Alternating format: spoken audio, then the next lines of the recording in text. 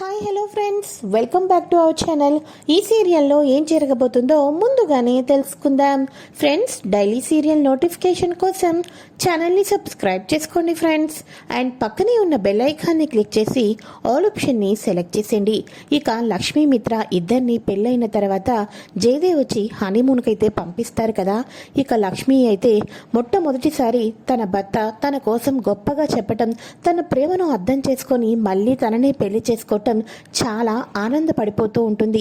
జీవితంలో పెద్ద అద్భుతం అన్న, ఒక ఆనందకరమైన సంతోషమైన ఒక సంఘటన అన్న ఇదే అని లక్ష్మి తన మనసులో ఎంతగానో సంబరపడిపోతూ ఉంటుంది. ఇక వీళ్ళిద్దరూ కొత్త జీవితాన్ని స్టార్ట్ చేద్దామని చెప్పేసి ఎంతో ఆనందంతో వెళ్తూ ఉంటారు కదా. మరోపక్క ఇక పెళ్లికి వచ్చిన వాళ్ళందరూ కూడా ఇదేంటి పెళ్లి ఇప్పటిదాకా వేరే జంటలకు అయింది అనుకున్నాం, కానీ లక్ష్మీమిత్ర గారిని ఏకంగా హనీమూన్కే పంపించేస్తున్నారు. ఇదంతా కూడా దీక్షితుల గారి చలవ అనుకుంటా అని అనగానే, దీక్షితుల గారి చలవా, దీక్షితుల గారు వచ్చారా అని అరవింద షాక్ అయిపోతూ ఉంటుంది కదా.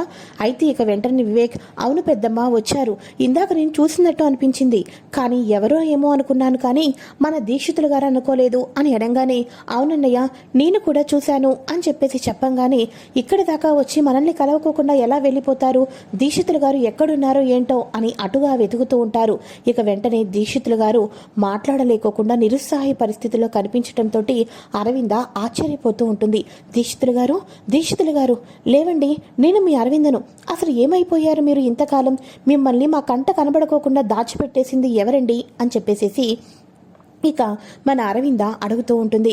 కళ్ళు తెరిచిన దీక్షితులు గారు, అది నన్ను ఇంతకాలం మిమ్మల్ని కనబడుకోకుండా చేసింది ఎవరంటే అని తన కళ్ళ ముందుకు మనీషా, దేవయ్య అనే వాళ్ళు కనిపిస్తూ ఉంటారు. మనీషా, దేవయ్య అనే వాళ్ళ పేర్లు చెప్తూనే ఒక్కసారిగా దీక్షితులు గారు అయితే ఇక వెంటనే కుప్పకూలిపోయి మళ్ళీ కోమాలోకి అయితే వెళ్ళిపోతారు. ఇంతలో జయదేవ్ అంబులెన్స్ని పిలిపించి డాక్టర్ని ట్రీట్మెంట్ ఇప్పించాలని చెప్పేసేసి దీక్షితులు గారిని అయితే డాక్టర్ ట్రీట్మెంట్కి పంపిస్తారు కదా. అరవింద కంగారు పడిపోతూ ఉంటుంది. దీక్షితులు గారు ఇన్ని రోజుల తర్వాత, ఇంతకాలం తర్వాత వెతుక్కుంటూ వచ్చారు అంటే దాని వెనకాతల ఏదో పెద్ద విషయమే ఉండుంటుందండి. ఏదో ఒక ముఖ్యమైన సంఘటన గురించి వివరించడం కోసమే నా దగ్గరికి వచ్చారు, కానీ నాకు ఇప్పుడు ఆ నిజం ఏంటో చెప్పలేకపోతున్నారు. నాకు చాలా కంగారుగా ఉందండి. దీక్షితులు గారు ఏదైనా గండాలు ఉంటే తప్ప ఇలా చెప్పటానికి ఇంత తొందరగా రారు. ఏ గండం ఎటు నుంచి వస్తుందో నాకు చాలా భయంగా ఉంది. ఇప్పుడే ఒకసారి ఫోన్ చేస్తాను అని చెప్పేసేసి ఇక వెంటనే అరవింద ఫోన్ చేసి ఇక వెంటనే ఒక స్వామీజీకి అయితే ఫోన్ చేసి పిలిపిస్తుంది. స్వామి, మీరు అర్జెంటుగా ఇంటికి రావాలి అని అనగానే, అలాగే వస్తానమ్మా అని చెప్పేసి ఒక స్వామీజీ అయితే ఫోన్ని పెట్టేస్తారు. మరోపక్క మనీషా వచ్చేసేసి స్పీడ్గా డ్రైవ్ చేస్తూ ఉంటుంది కదా. స్టాప్ ఇట్ మనీషా, ఏం చేద్దాం అనుకుంటున్నావు? లక్ష్మీ మిత్రను పెళ్లి చేసుకున్నాడని చెప్పేసేసి ఇప్పుడు నువ్వు ఇంత స్పీడ్గా వెళ్తే చివరాకరకు పోయేది మన ప్రాణాలే. Stop it Manisha, stop it. ఎందుకని అంత ర్యాష్గా నువ్వు డ్రైవ్ చేస్తున్నావు అని ఒక పక్క అనంత, మరో పక్క దేవయాని ఇద్దరు కూడా మనీషాని అంటూ ఉంటారు. ఇక వెంటనే మనీషా కోపంతో కార్ని అయితే ఆపేస్తుంది. అమ్మయ్యా అని ఒక పక్క అనంత, మరో పక్క దేవయాని అయితే ఊపిరైతే పీల్చుకుంటారు. ఇక వెంటనే మనీషా వచ్చేసి కార్ దిగంగానే, మనీషా, మనిషికి కోపం ఉండొచ్చు, నువ్వు మిత్రను ఏదో చేయాలి అనుకుంటున్నావు, లక్ష్మిని ఏదో చేయాలి అనుకుంటున్నావు, దానికి సమయం సందర్భం ఉంటుంది, అలా అని మనల్ని మనం హాని చేసుకోకూడదు అని అనంత అంటూ ఉంటే, సమయం సందర్భం కోసం వేచి చూడటానికి నేను పిచ్చిదాన్ని కాదు, ఉన్న సమయాన్నే వాడుకుంటాను అని కొంతమంది రౌడీలకైతే ఫోన్ చేస్తుంది. రౌడీలకు ఫోన్ చేసి, చూడు ఇప్పుడు నీకు ఒక ఫోటోని పెట్టాను, ఇద్దరు భార్యాభర్తలు కారులో వెళ్తున్నారు, అది కూడా చింతపల్లి రోడ్డులో వెళ్తున్నారు. అందులో ఉన్న భార్య లక్ష్మి అనే అమ్మాయికి మాత్రం పూర్తిగా ప్రాణాలు పోయేటట్టు మీరు ఏం చేస్తారో నాకు తెలియదు, మీ ఎక్స్పీరియన్స్ని వాడుతారో ఇక ఏ ప్లాన్లు వేస్తారో తెలీదు, కానీ ఆ కారుకు యాక్సిడెంట్ చేయాలి, డ్రైవ్ చేస్తున్న మిత్ర ప్రాణాలతో ఉండాలి, పక్కనున్న లక్ష్మి వితిన్ సెకండ్స్లోనే ప్రాణాలను కోల్పోవాలి అని అనగానే, సరే మేడం, ఎక్కువే ఖర్చు అవుతుంది అని అనగానే, మీరు ఎంత అడిగితే తనకి రెట్టింపిస్తా, కానీ నాకు చావు వార్త వినిపించాలి అని చెప్పేసేసి ఇక మనీషా అయితే చెప్పడంతో, అలాగే మేడం అని చెప్పేసేసి, మేము కూడా చింతపల్లి రోడ్డు దగ్గరలోనే ఉన్నాం అని చెప్పేసి వాళ్ళైతే అనుకుంటూ ఉంటారు. ఒరే ఏంట్రా, యాక్సిడెంట్ అంటే ఒక్కసారి గుద్ది పడిచ్చేయవచ్చు, ప్రాణాలు పోగొట్టేయవచ్చు, కానీ ఇక లెఫ్ట్ సైడ్లో కూర్చున్న అమ్మాయి ప్రాణాలు ఒకటే తీయాలంటే మనం ఏం చేద్దాం రా అని అనగానే, ఒరే నువ్వేనా తెలివి తక్కువడా, మన ఎక్స్పీరియన్స్ని వాడరా, మనం ఎన్ని చేయలేదు ఇటువంటివి అని చెప్పేసి వాళ్ళు చింతపల్లి రోడ్లో నుంచే వస్తున్నారు. కాబట్టి వాళ్ళు వచ్చే ముందు ఇక ఆ అమ్మాయి ఇటువైపు కూర్చుంది కాబట్టి మనం ఇటువైపు పెద్ద హోల్ని చేయాలి. రోడ్డు మీద హోల్ ఉందనుకో వాళ్ళు కార్ని చూసుకోకుండా వెళ్తారు. ఒక్కసారిగా కారు అటు ఇటు వెళ్తుంది. మళ్ళీ మనం ఇటువైపు ఒక హోల్ చేద్దాం. అప్పుడు ఇక బెడ్స్ కొడుతూ ఉంటుంది. అటు ఇటు వెళ్ళేసరికి ఇక ఆ పక్కన ఉన్న అమ్మాయి సీట్లో ఉన్న అమ్మాయి ఒక్కసారిగా తలకి కారు కేసి గుద్దుకుంటుంది. ఇక వెంటనే ప్రాణాలు పోతాయి. ఆ తర్వాత వచ్చేసేసి ఆ అమ్మాయి వితిన్ సెకండ్స్లోనే చనిపోయే అవకాశాలు ఎక్కువగా ఉంటాయిరా.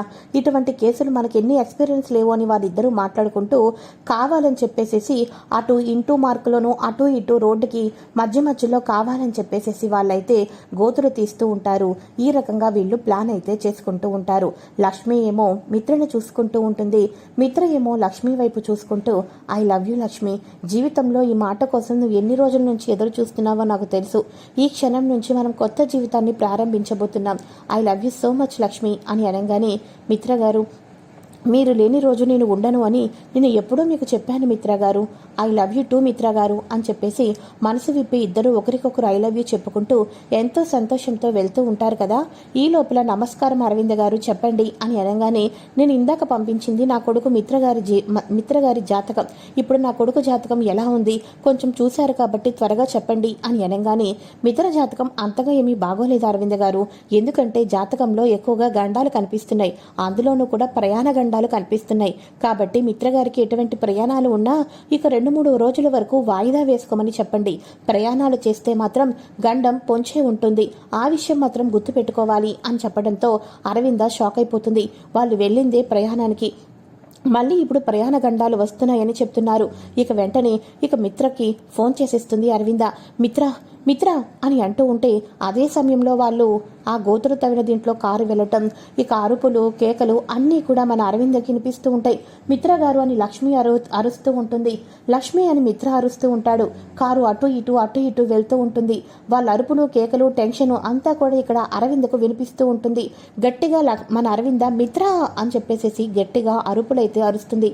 ఇక ఇంట్లో ఉన్న వాళ్ళందరూ కూడా పెద్దమ్మ ఏమైంది పెద్దమ్మ అని అనగానే పంతులు గారు చెప్పినట్టు అయిందిరా వివేక్, అక్కడ ఏదో జరిగింది. వాళ్ళ ఏడుపులు వాళ్ళ బాధలు నాకు స్పష్టంగా వినిపిస్తున్నాయి అని చెప్పేసి చెప్పంగానే సరే అయితే వాళ్ళు వెళ్ళేది ఎంతవరకు వెళ్ళరు కదా, మనం కూడా వెళ్దాం పదండి అని చెప్పేసి అనగానే ఈ లోపల రౌడీలు మేడం మీరు చెప్పినట్టే చేశాం, మరి కాసేపట్లో మీకు గుడ్ న్యూస్ వస్తుంది. కానీ మిత్రగారు మాత్రం బ్రతికే ఉన్నారు. ఆ అమ్మాయి అయితే పూర్తిగా రక్తపు మడుగుల్లో ఉంది అని చెప్పేసి చెప్పడంతో super super super thank you so much. ఇన్నాళ్ళకి నేను అనుకున్నది సాధించాను. పక్కన నన్ను పెట్టుకొని లక్ష్మి మెడలో 3 ముళ్ళు వేస్తాడా మిత్ర? లక్ష్మి ఇప్పుడు నువ్వు పోయిన తర్వాత మిత్ర నాకు సొంతమవుతాడు.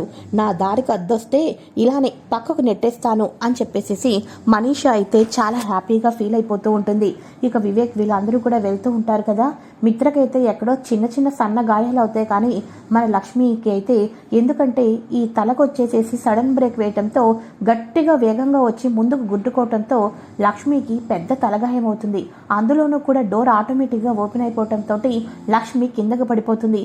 కిందకి ముందు వచ్చేసేసి కార్లో ముందు డోర్ గట్టిగా తగలటం, కింద పడిపోయిన తర్వాత కూడా రాయి తలకు గాయం అవటంతో లక్ష్మి రక్తపు మడుగుల్లో ఉంటుంది.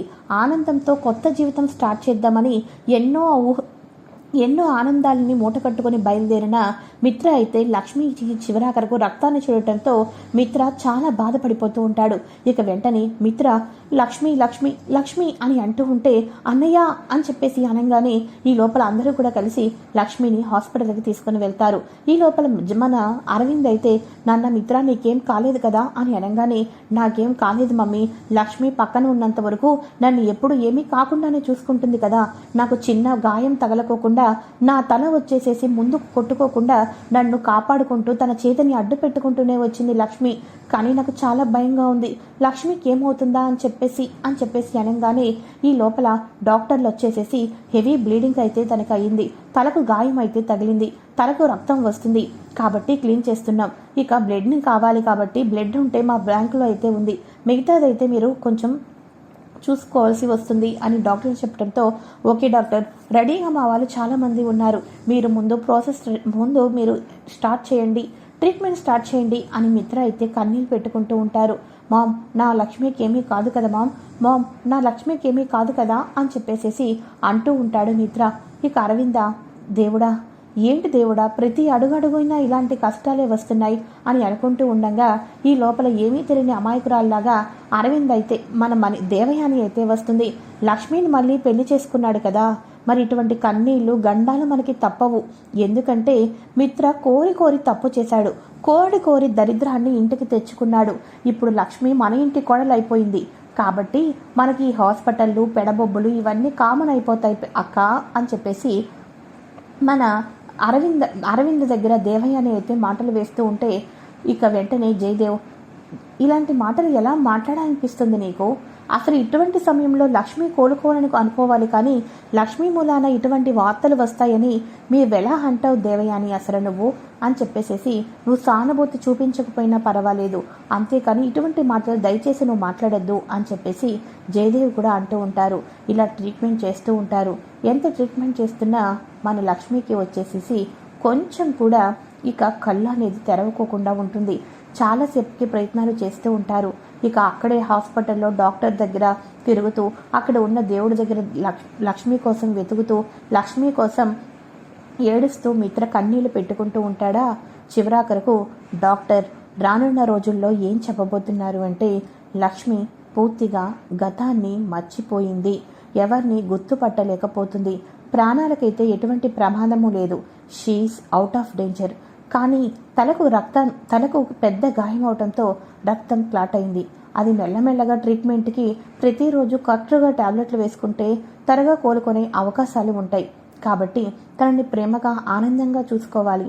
అంతేకాకుండా మెల్లమెల్లగా గతాన్ని గుర్తు తెచ్చేటట్టు చేయాలి. ఒకేసారి గతాన్ని గుర్తు తెచ్చినట్టు కూడా చేయకూడదు. తను ఎవరిని గుర్తుపడుతుందో ఎవరిని మర్చిపోతుందో కూడా మనం తను కళ్ళు తెరవంగానే చెప్పగలం. కాబట్టి మెల్లమెల్లగా తను డిశ్చార్జ్ చేసిన తర్వాత మీరే తనని పూర్తిగా అర్థం చేసుకోవలసి వస్తుంది. లేదు అంటే మేము ఇక్కడే మా దగ్గరే ఉంచుకుంటాం అని అనగానే, లేదు డాక్టర్, నా లక్ష్మిని నేను ఇంటికి తీసుకొని వెళ్తాను, పసి పాపలాగా చూసుకుంటాను అని చెప్పేసి మిత్ర అయితే చెప్తూ ఉంటాడు. ఈ రకంగా లక్ష్మి గతాన్ని మర్చిపోయి మళ్ళీ ఇంట్లోకైతే అడుగు పెడుతుంది. మరి ఆ తర్వాత దీన్ని క్యాచ్ చేసుకొని మనీషా ఏం ప్లాన్ చేయబోతుంది, ప్రవీణ్ మిట్టల్ ఏ రకంగా దెబ్బ కొట్టబోతున్నాడు, రానున్న ఎపిసోడ్లో ఎటువంటి ట్విస్టులు ఉండబోతున్నాయో కూడా ముందుగా తెలుసుకోవటం కోసం ఫ్రెండ్స్ ఛానల్ని సబ్స్క్రైబ్ చేసుకొని పక్కనే ఉన్న బెల్ ఐకాన్ని క్లిక్ చేసి